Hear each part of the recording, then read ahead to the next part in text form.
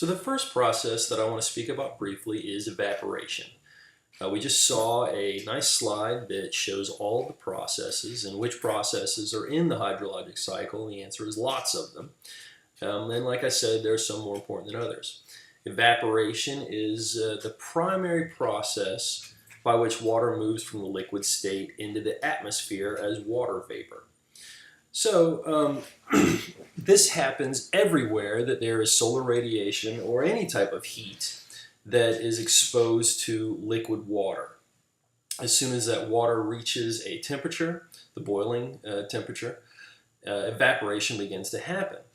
This slide down in the right-hand corner, this photo actually shows evaporation being used as a mining agent.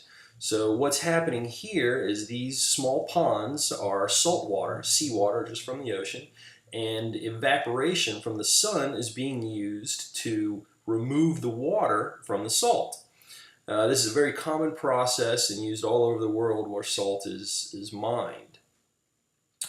So this is man using it for his own benefit.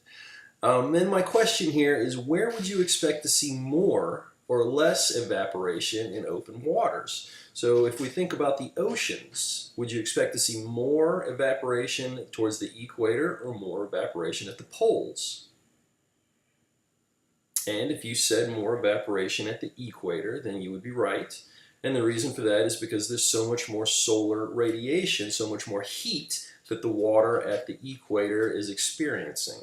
And we'll talk about how that plays into different concentrations of ions in seawater as we go. But this slide should represent it pretty well. If you see that you have this salt that's coming out of solution where you've got high evaporation rates, then you should be able to understand that the water around the equator has got a higher salt content than water up at the poles, because there's more evaporation.